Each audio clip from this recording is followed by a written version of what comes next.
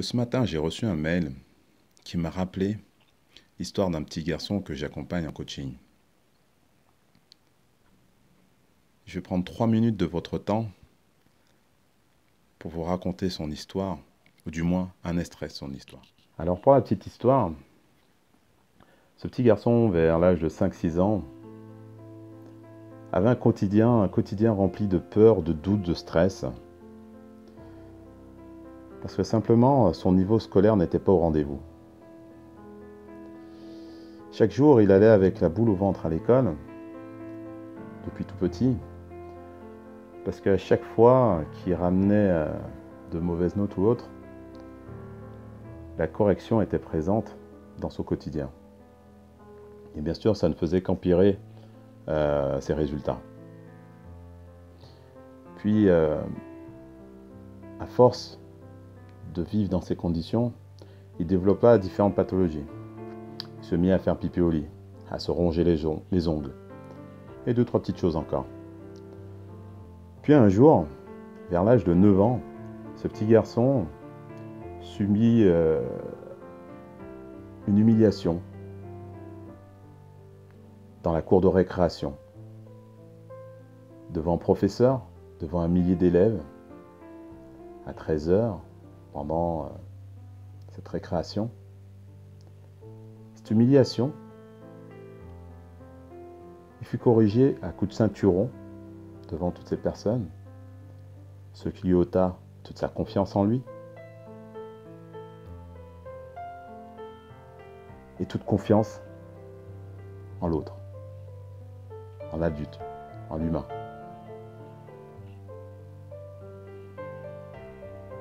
Mais le pire dans tout ça, c'est qu'il dut retourner s'asseoir en classe parmi tous ses élèves, le professeur qui le regarda, lui tête baissée, humilié. Les jours suivants, il était seul, personne ne jouait avec lui, mais il devait continuer à retourner à l'école, avec ses regards pesants quotidiennement.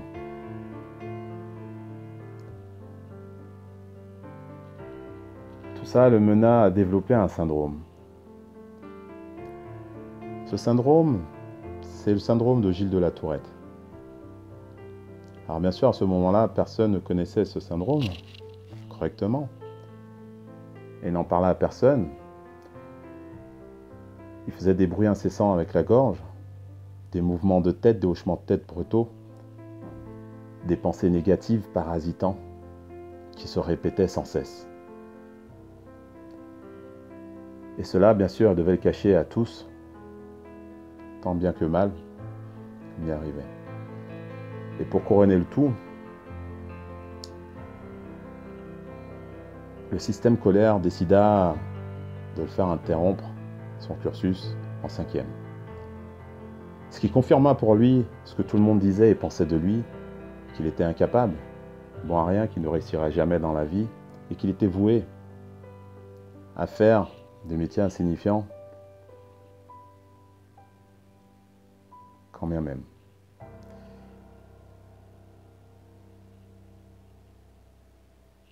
Vous l'avez bien compris, ce petit garçon, c'était moi. C'était moi.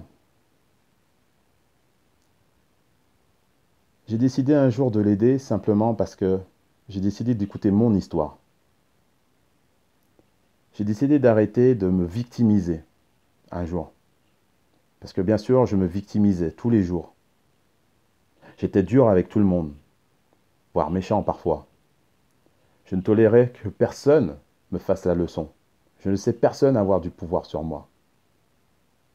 Mais je continuais à m'enfoncer, à être seul, solitaire, mal aimé, et je ne souriais pas.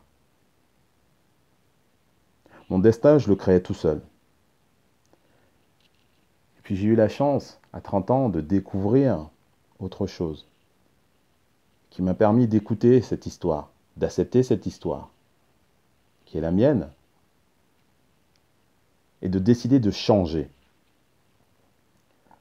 Le pouvoir de changer nous appartient. Mais tant qu'on croit que ce n'est pas possible et qu'on a le droit de se victimiser, on ne change pas. Alors, quel est le lien avec ce mail ce matin? Alors, ce matin, je reçois un mail de Yannick disant